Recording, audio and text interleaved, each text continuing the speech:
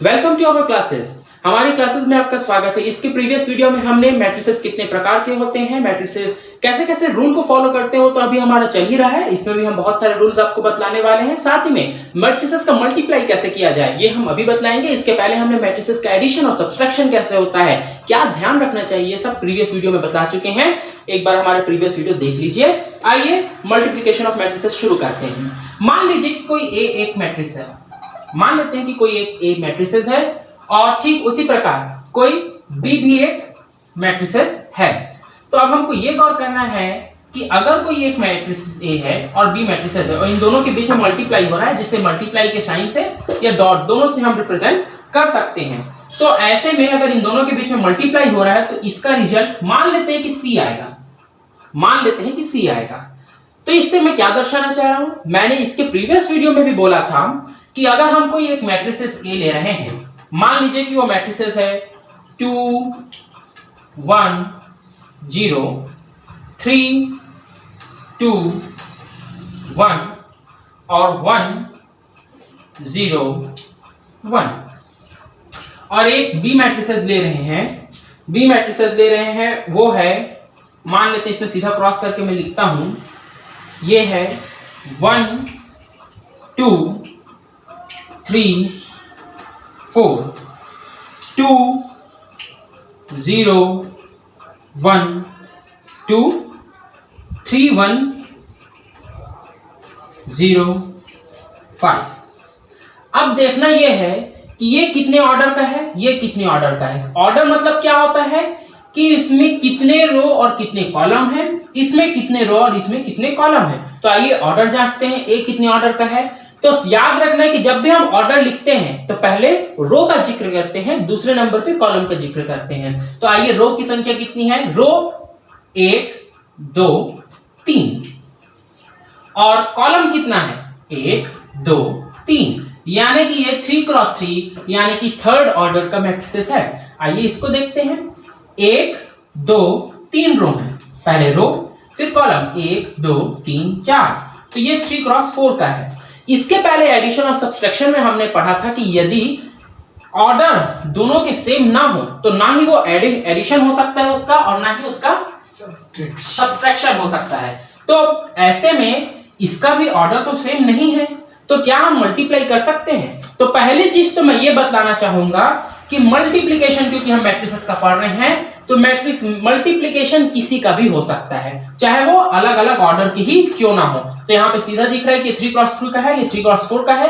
अगर इसी का एडिशन या सब्सट्रैक्शन देने देता तो हम सीधे कह देते कि इसका एडिशन और सब्सट्रैक्शन नहीं हो सकता, क्योंकि दोनों के ऑर्डर सेम नहीं है, या तो आपने प्रश्न गलत दिया है या प्रश्न उचित नहीं है। लेकिन मल्टीप्लिकेशन के लिए जब देता है तो हम सीधे कहेंगे कि हाँ इसका मल्टीप्लिकेशन संभव है। अब कैसे होगा मल्टीप्लिकेशन, ये प्रश्न उठता है, क्योंकि उसमें भी यही डाउट आया था कि ये थर्ड है। मान लीजिए कि अगर मेरे को इसका एडिशन इससे करना होता तो ये तो एलिमेंट अपना कौन से रो का है, थर्ड रो और फोर्थ कॉलम का है। 3 क्रॉस 4 का है, ये 3 क्रॉस 4 लास्ट वाला 3 क्रॉस 4 का ही होगा। अब 3 क्रॉस 4 तो इसमें है ही नहीं, तो इसको इसमें जोड़ते, क्योंकि एडिशन या सब्सट्रैक्शन में ये रूल होता है कि जिस जगह पे ये है उसी जगह वाले दूसरे के भी मैट्रिसेस में ही वो ऐड होता है। तो ये तो हो गया। मल्टीप्लाई में कैसे मल्टीप्लाई करेंगे, किसको किससे मल्टीप्लाई करना है, क्या नियम होता है, क्या कानून होता है, तो इसको आगे तो मैं बताऊंगा। फिलहाल जो यहाँ पे बात बताने जा रहा था कि मान लीजिए आपका एक मैट्रिसेस 3 क्रॉस 3 का है और दूसरा मैट्रिसेस 3 क्रॉस 4 का है। तो हमेशा याद रखना ये 1 मार्क्स क्वेश्चन में आता है, 1 मार्क्स क्वेश्चन में आता है, चाहे ऐसे आए चाहे किसी और फॉर्म में आ सकता है कि अगर एक मैट्रिसेस जिस भी ऑर्डर का है, दूसरा मैट्रिसेस जिस भी ऑर्डर का, तो जो इसका आंसर होगा वो हमेशा m क्रॉस n मतलब 3 क्रॉस 4 का होगा।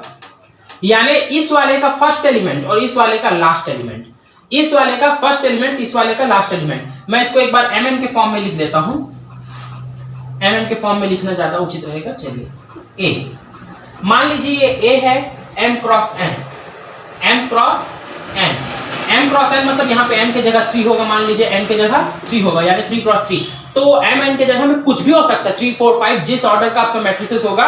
n यहाँ पे रो को दर्शाता है, n यहाँ पे उस पर्टिकुलर मैट्रिसेस के कॉलम को दर्शाता है। वहीं क्रॉस करके बी आया और हमारा बी है मान लीजिए एन क्रॉस पी का, एन क्रॉस पी का, या आप किसी का भी रख सकते हैं। तब ऐसे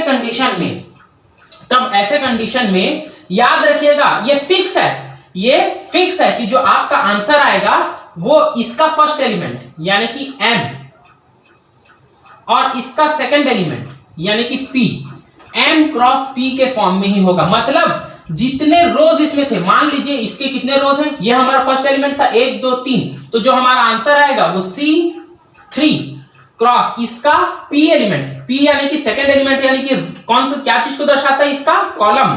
तो इसका कॉलम काउंट करेंगे 1 2 3 4, 3 क्रॉस 4 का हमारा आंसर होगा। यानी कि हमारा आंसर जो है वो इस फॉर्मेट में आएगा, ना कि इस फॉर्मेट में। वहीं एडिशन और सब्सट्रैक्शन में क्या होता था, एडिशन और सब्सट्रैक्शन में आंसर भी उसी फॉर्म का आता था, क्योंकि एडिशन सब्सट्रैक्शन एक ही फॉर्म का होता है। अब आइए इसको मैं आपको मल्टीप्लाई करना सिखा दूं। मल्टीप्लाई प्रोसीजर को मल्टीप्लाई कैसे होगा, आप क्या करना है, मल्टीप्लाई करने के बहुत से तरीके होते हैं, पर मैं जो बता रहा हूं उसी तरीकों को दिमाग में रखिएगा, एक को पकड़िए, आप अपने मंजिल तक पहुंच जाएंगे। देखिए करना क्या है, सबसे पहले इसके एक रो को पकड़ लीजिएगा, इसके रो को पकड़ लीजिए, और सबसे पहले इसके एक रो का मल्टीप्लाई दूसरे वाले मैट्रिसेस के, जो भी हमारा सेकंड मैट्रिसेस है उसके एक कॉलम से एक बार होगा, फिर उसका रिजल्ट लिखाएगा, फिर दूसरे बार इसी का फर्स्ट मैट्रिसेस के फर्स्ट रो का मल्टीप्लाई इसके सेकंड कॉलम से होगा। याद रखिएगा रो का मल्टीप्लाई इसके कॉलम से कर रहे हैं, रो का मल्टीप्लाई इसके कॉलम से कर रहे हैं, रो का रो से मल्टीप्लाई नहीं हो रहा है, इसका रो का मल्टीप्लाई इसके एक कॉलम से होगा, उसका एक रिजल्ट आएगा, वो कहां लिखाएगा, पहला तो ये उत्तर होता है। देखिए इसका मल्टीप्लाई जब इससे होगा तो इसका जो रिजल्ट आएगा वो A11 प्लेस पर लिखाएगा, A11 प्लेस पर लिखाएगा। फिर इसका मल्टीप्लाई इससे हुआ तो देखो प्लेस भी कैसे हम तय कर रहे हैं ये भी समझ में आता है। ये फर्स्ट रो है तो A फर्स्ट और ये सेकंड कॉलम है तो दूसरा कॉलम हुआ ना, तो दूसरा कॉलम A12 का रिजल्ट है ये। अब A1 और ये वाला कॉलम को लेंगे, इसलिए A13 A14, यानी कि इसका और इसका मल्टीप्लाई, ये तो सीधा दिख रहा है कि ये जो हमने बोला था कि ये 3 cos 4 का होगा, हमें दिख गया कि 1 2 3 4 कॉलम बनने जा रहे हैं, ये आइडेंटिफाई कर लिए। अब देखते हैं इसका मल्टीप्लाई भी वैसे ही होगा, इस रो का मल्टीप्लाई इसके कॉलम, इसके इस कॉलम, इसके इस कॉलम और फिर इसके इस कॉलम से होगा, और इसी सीक्वेंस में आंसर लिखाएगा। जैसे कि ये सेकंड कॉलम है तो ए सेकंड रो है तो सेकंड रो का दूसरा और फर्स्ट कॉलम से मल्टीप्लाई होगा, इसलिए 2 1, फिर इसका मल्टीप्लाई इससे तो 2 2, फिर इसी सेकंड रो का मल्टीप्लाई इसके थर्ड कॉलम से होगा तो A2 3। मल्टीप्लाई कैसे करेंगे अभी बताएंगे, और इस प्रकार से A2 4 आएगा। इसी प्रकार से जब इसका मल्टीप्लाई होगा तो ये थर्ड रो है, ये फर्स्ट कॉलम है, A31 A32 A33 और A34 होगा। तो देख सकते हैं कि एक रो, दो रो, तीन रो और 1 2 3 4 कॉलम है, तो ये 3 क्रॉस 4 का ही हमारा आंसर आएगा, जो भी आएगा। अब वो डिजिट्स क्या होंगे वो अब हम मल्टीप्लाई करने के लिए, अभी क्योंकि हम आदत नहीं पड़ी है, मैं आपको थोड़ा सरल तरीके से समझाऊंगा, पर जैसे जैसे आप प्रैक्टिस कर लेंगे अधिक से अधिक क्वेश्चन सॉल्व करिएगा। ध्यान रखिएगा बच्चों कि हम भले इसको बहुत इजी समझते हैं कि अरे ये तो बच्चों का खेल, इतने में ही आप छोड़ देंगे, पर मेरा दावा है कि आप इसके एक भी अंक गलत किए तो आपका पूरा आंसर गलत आने वाला है। आपको बहुत प्रैक्टिस नीडेड है, प्रैक्टिस करिएगा, अधिक से अधिक क्वेश्चन सॉल्व करिएगा। आइए इसको ध्यानपूर्वक पूरा वीडियो देखिए। देखिए क्या होगा कि हम निकालने जा रहे हैं अभी A11। हमें तो यहीं पे मालूम चल गया था कि हमारा जो आंसर आने वाला है वो 3 क्रॉस 4 का आने वाला है, तो हम A11 निकालेंगे। A11 निकालने के लिए इसका पहला एलिमेंट 210 का मल्टीप्लाई, इसके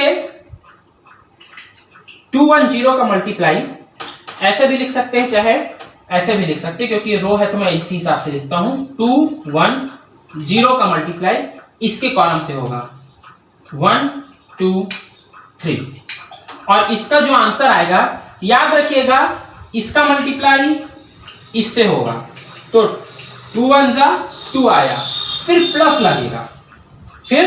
लगेगा, इसका मल्टीप्लाई इससे होगा, यानी इसका सेकंड एलिमेंट का मल्टीप्लाई इसके सेकंड एलिमेंट से, तो ये आ जाएगा 2 1 जा 2, और इसका मल्टीप्लाई इससे होगा, इसका थर्ड एलिमेंट का मल्टीप्लाई इसके थर्ड एलिमेंट से 0, तो ये आ गया अपना 4, एक आंसर निकला। इसी प्रकार A12 निकालेंगे। A12 मतलब इसका फर्स्ट रो ही लेना है और इसका सेकंड कॉलम, तो चलिए निकाल लेते हैं। 2 1 0 का मल्टीप्लाई इसके, ये तो सेम चल रहा है ना, ये बदलते जाएगा, 2 0 1, तो 2 इसका फर्स्ट इसके फर्स्ट से, 2 2 जा 4, इसका सेकंड इसके सेकंड से 0, और 0 क्रॉस 1 0 इक्वल्स टू 4। इसी प्रकार A13 निकालेंगे, तो A13 क्या निकलेगा, देखिए इस 13 मतलब इसका फर्स्ट रो इसका थर्ड कॉलम, तो इसका फर्स्ट रो 2 1 0 है और इसका कॉलम 3 1 0 है, तो आइए इसको मल्टीप्लाई करते हैं, इसका इससे multiply 6 plus 1 plus 0 equals two 6 आ गया। इसी प्रकार से आगे और सॉल्व होगा। 7 मैं इसको रख रहा हूं, ये हमारा A11 का आंसर है, 7 होगा, 6 + 1 7 होगा। ये हमारा A11 का जो भी हमने निकाला, ये A12 का जो भी हमने सॉल्व किया, और ये हमारे A13 का निकला है। अब चलिए A13 तो निकल गया, अब A14 निकालना है। A14 क्या, इसका फर्स्ट रो 2 1 0 और इसका फोर्थ कॉलम 4 2 5, इसके फर्स्ट का मल्टीप्लाई इसके फर्स्ट से 2 cross 4 plus 1 cross 2 plus 0 cross 5 equals two 4 4 1 4 2 8 plus 2 plus 0 10 आएगा। तो हमारा A14 का क्या आंसर आया, A14 का आंसर आया 10, और A13 का क्या आंसर आया है, A13 का आंसर आया है 7। ठीक है, तो अब इसको भी अपन रब करते हैं।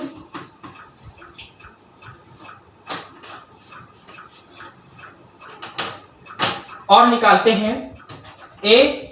अब अपन आ गए हैं, अभी तो अपन फर्स्ट रो में चल रहे थे, अब अपन आ गए हैं सेकंड रो में। तो सेकंड रो का मल्टीप्लाई अब पूरा सेकंड रो चलेगा, कब तक, जब तक इसके प्रत्येक कॉलम से उसका मल्टीप्लाई नहीं हो जाता। तो 2 का मल्टीप्लाई इसके सेकंड रो का मल्टीप्लाई इसके फर्स्ट कॉलम से होगा 2 1, फिर A22 निकलेगा, फिर A23 निकलेगा और A24 भी निकलेगा। तो A21 पहले निकालते हैं। A21 कैसे निकलेगा, तो सेकंड जो रो है वो 3 2 1 है, और इसका जो फर्स्ट कॉलम है 1 2 3 है, तो इसका मल्टीप्लाई इससे 3 क्रॉस 1 3 आएगा, 2 2 जा 4 आएगा और 3 आएगा, तो 3 3 6 4 10।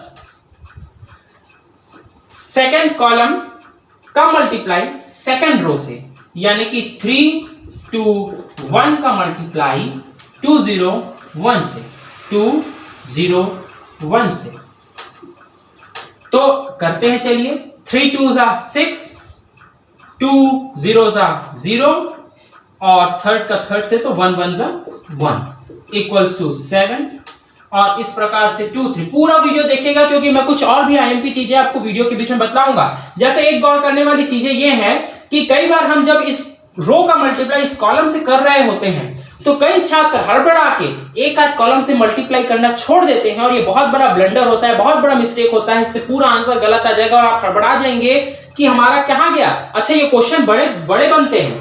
आप पूरा क्वेश्चन बनाने के बाद में जब आपको मालूम चलेगा कि आप कहीं गलत किए हैं, तो आपको इसको सुधारना बहुत कठिन काम होता है, और बहुत इजी क्वेश्चन होते हैं, बहुत अच्छे मार्क्स के क्वेश्चन एग्जाम में पूछे जाते हैं, पर एक गलती पूरा मिस्टेक हमारा खराब कर देगी पूरी मेहनत को। तो ऐसी कोई मिस्टेक नहीं करनी है, पूरा वीडियो देखते जाइए, आपको बहुत सारी चीजें और बतलाई जाएंगी। 3 2 1 का मल्टीप्लाई थर्ड कॉलम यानी कि 3 1 0 से होगा, 3 1 0 से होगा, तो इसका मल्टीप्लाई इससे होगा, तो 3 3 जा 9, 2 1 जा 2 और 0, तो 9 10 11 आ गया।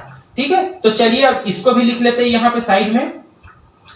A21 का आंसर आया है 10, A22 का आंसर आया है 7, A23 का आंसर आया है 11 और इस प्रकार से अब A24 अपन को A24। तो चलो A24 निकाल लेते हैं। A24 मतलब सेकंड रो ही चलेगा 3 to 1 वाला और कॉलम जो है वो फोर्थ रहेगा 4 to 5। 3 का मल्टीप्लाई 4 से होगा 12, 2 का मल्टीप्लाई 2 से होगा 4, 1 का मल्टीप्लाई 5 से होगा 5। तो ये आ जाएगा अपना 12, 4, 16, 16 और 5 21। तो A24 का जो वैल्यू आया है वो 21 आया। अब चलिए आगे बढ़ते हैं। अब मात्र एक लास्ट हमारा कॉलम और बचा है और हम बहुत ही अच्छे तरीके से आगे बढ़ रहे हैं। बस इसी प्रकार से इत्मीनान से थोड़ा पेशेंस रख के सॉल्व करना है। कुछ चीजें की ध्यान रखना है कि हमें मल्टीप्लाई में थोड़ा भी मिस्टेक नहीं करना है। अभी तो सिंपल प्लस प्लस वाले डिजिट्स दिख रहे हैं तो मल्टीप्लाई आसानी से हो जा रहा है, पर कई बार यहाँ पे माइनस वाले डिजिट्स भी आते हैं तो मल्टीप्लाई में हमें माइनस सिंबल को भी इन्वॉल्व करना है, उसका पूरा असर होता है जैसे नॉर्मल मल्टीप्लिकेशन में होता है। आइए A31 निकालते हैं। A31 मतलब अब हम थर्ड कॉलम में आ गए हैं तो 101 वाले का मल्टीप्लाई इसके फर्स्ट कॉलम 1 2 3 से होगा। तो क्या होगा 1 प्लस 0 प्लस 3 इक्वल्स टू 4। फिर A32 का देखते हैं तो A32 मतलब फिर से वही 101। अच्छा, इसमें कोई चेंजेस नहीं होता है, हम इसको बदलते जाते हैं तो इसको ध्यान रख के चलना है, कोई भी मिस्टेक नहीं करनी है। 201 201। छोटी छोटी मिस्टेक ये होती हैं कि कई बार हम इसका मल्टीप्लाई इससे कर देते हैं। नहीं बाबा, फर्स्ट का फर्स्ट से, सेकंड का सेकंड से, थर्ड का थर्ड से और सबको ऐड करना है। तो 2 1 2 आएगा, फिर 0 आएगा, फिर 1 आएगा तो 2 + 1 3 आया। तो इसका भी आंसर अब लिखना होगा। चलिए A24 तो अपन ने लिख लिया है। अब लिखते हैं A31 को। A31 हम लोग का आया है 4 और A32 आया है 3। ठीक है, अब A33 निकालना है और A34 निकालना है। तो A33 निकालते हैं जल्दी से। A33 इसके बाद में कुछ और अच्छी चीजें आपको बतलाने वाला हूं। 101 और 3 है तो इसका भी थर्ड कॉलम ही लेना होगा। 3 0 0 3 आएगा और लास्ट एलिमेंट आ गया A34 101 और इसका मल्टीप्लाई इसके फोर्थ एलिमेंट 4 to 5 से होगा। तो 4 + 0 + 5 = 9। ये हमारा आंसर अब लिखने का बारी आया। अब आंसर किस सीक्वेंस में लिखना है, तो वैसे तो आपको वीडियो शुरू होने के पहले ही हमने आंसर का सीक्वेंस यानी कि A11 A12 A13 के ही फॉर्म में निकाला है, तो बस उसी फॉर्मेट में हमें आंसर लिख देना है।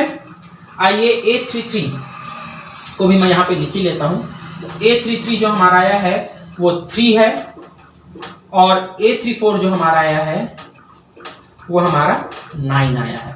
अब चलिए इसके आंसर को लिखते हैं और यहाँ पे बहुत ध्यान देना है आंसर लिखते वक्त। और आंसर जो हमारा C आएगा वो हमने पहले ही जान लिया था। फिल इन द ब्लैंक्स में कैसा पूछा जाएगा कि अगर आपका मैट्रिसेस ये है और इन दोनों मैट्रिसेस का A और B का मल्टीप्लाई हो रहा है और वो इस ऑर्डर का है, तो इसका जो आंसर है वो कौन से ऑर्डर का होगा। तो इसके लिए कुछ लोग उसको मल्टीप्लाई करेंगे, जबकि मल्टीप्लाई करना नहीं है। हमको मालूम है कि अगर हमारा A मैट्रिसेस Mn है और B मैट्रिसेस Nq है तो हमारा जो C आंसर आएगा वो इसका फर्स्ट और इसका सेकंड MQ के फॉर्म में होगा।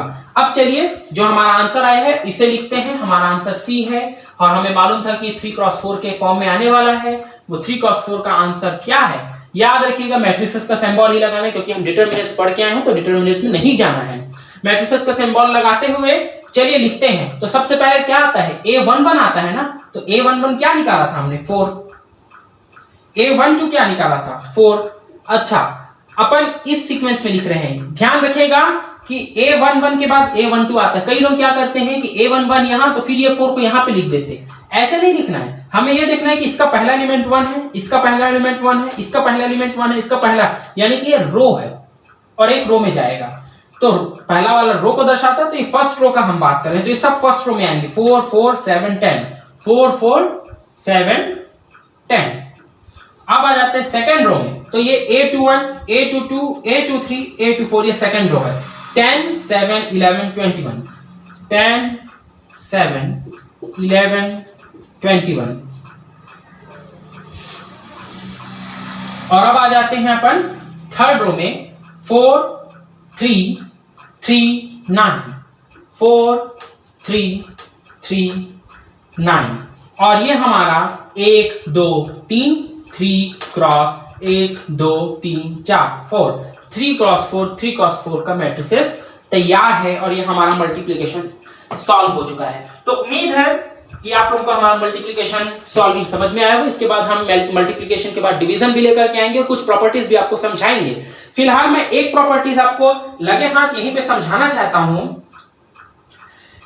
या इसको चलिए नेक्स्ट वीडियो में ही समझाते हैं। फिलहाल अभी आपको एक कुछ चीजें बतला दूं कि मल्टीप्लिकेशन में जो ध्यान रखने की बातें होती हैं वो सबसे माइनर चीज यही है कि हमें प्लस माइनस का ध्यान रखना है, किस रो के किस एलिमेंट का मल्टीप्लाई दूसरे मैट्रिसेस के किस कॉलम के किस एलिमेंट से होना है, इसे बारीकी से ध्यान में रख करके ही सॉल्व करना है। तो बेस्ट ऑफ लक, आप बहुत सारे क्वेश्चन सॉल्व करिए अपने बुक से, बहुत सारे क्वेश्चन हम भी सॉल्व कराएंगे। हमारे हर एक वीडियो देखते रहिए, निश्चित रूप से आपका मैट्रिसेस बहुत अच्छे से तैयार होने वाला है। इसके पहले भी हमने डिटरमिनेंट्स के ऊपर, ट्रिग्नोमेट्री, इनवर्स ट्रिग्नोमेट्री के ऊपर बहुत सारी वीडियोस डाल रखी हैं, सभी को वॉच करिए। आपका 12th अच्छे मार्क्स से क्लियर होने वाला है। जो 10th स्टूडेंट है वो भी हमारे वीडियोस को जाकर के देख सकते हैं। हमारे डिस्क्रिप्शन बॉक्स में जाइए या हमारे वीडियोस की लिस्ट में जाइए और नीचे में फटाफट लाल रंग के सब्सक्राइब बटन को क्लिक करिए। सब्सक्राइब बटन क्लिक करते ही आपको एक बेल आइकन दिखेगा, उसे भी दबाइए। लाइक का बटन जरूर दबाइए, क्योंकि कोई अच्छा काम करे तो उसे प्रोत्साहित करना चाहिए। Thanks for watching.